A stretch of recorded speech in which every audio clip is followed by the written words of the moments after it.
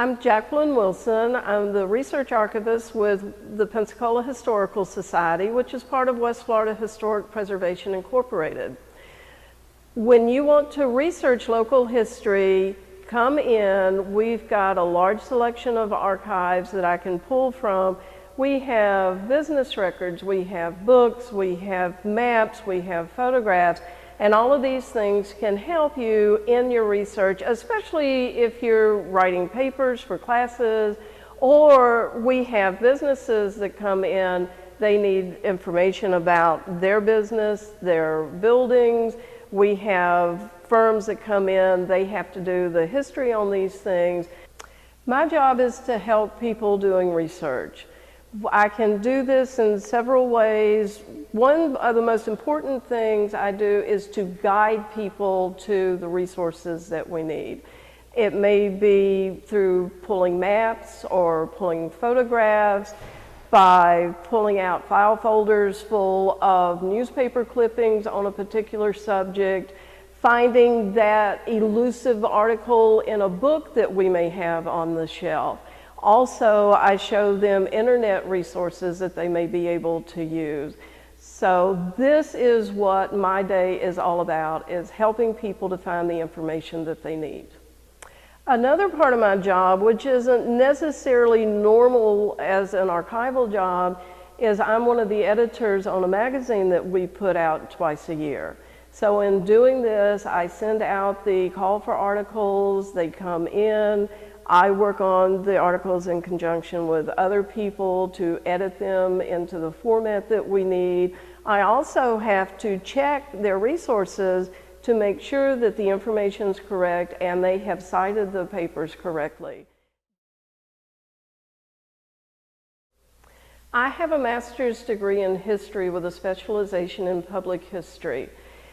The degree was designed to help people get a job like I have, and all of the research that was required is excellent training for the job.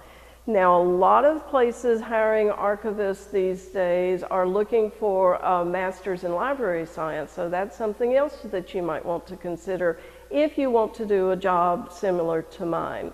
One of the things that you really need to do is be able to think out of the box, and that was one of the main focuses on a lot of the classes that I took with my master's degree.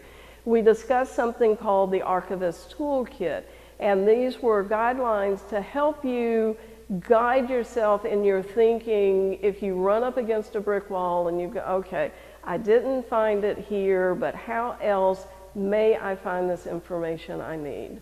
So this is something that you really need to develop, is just an instinct on what other place, what other topic might lead you to the information that you need to help your researchers. Go. The best part of my job is that aha moment that a researcher gets whenever I have pulled something from the archives, and it's that piece of information they may have been searching for years and it had been elusive and they hadn't found it. The look on their face and their gratification for finding this is definitely what makes it worth coming to work every day. Of course, every job has its downside, and one of these can be the researcher that comes in and they think they know something and they do not want you to tell them they're wrong. This can especially be a problem with somebody who's been surfing the internet and they've come up with some information and they come in and they want to verify that information, and you say, I'm sorry, that's wrong, and they want to insist it can't be, it came from the internet. Or going back to another way is when they come in and they said, but I know it's right because this is what my grandfather always told me. And they really don't want to hear that their grandfather told them that wasn't entirely accurate. So those are really some of the biggest downsides of the job. If you think you might be interested in a job as an archivist, one of the best things you can do is to volunteer at an archives, a historical society.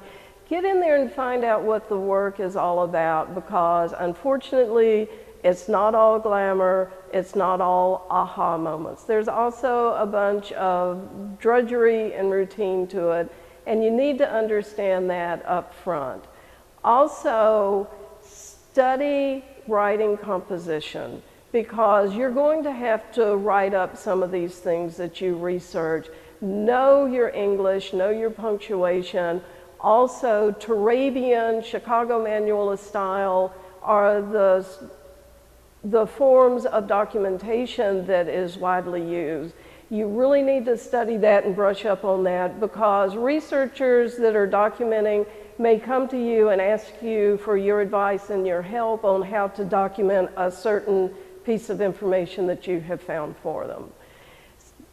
Your history program, if you go that route like I did, you really need one that talks a lot about thinking outside of the box and overcoming obstacles, because if you can't think of where this information might be, it doesn't do you any good to have the information. It just sits on the shelf. One thing you might want to consider about this profession is most of your medium-sized and smaller cities are not going to offer a lot of opportunities for this position. So if you want to come work with us, you may need to consider, am I willing to relocate and go where the job is? Most archivists will have a team of volunteers that will come in to help them. We cannot live without our volunteers, but they can also cause a lot of stress. You're busy, you have things you need to do, and here's a volunteer standing there needing your advice and guidance.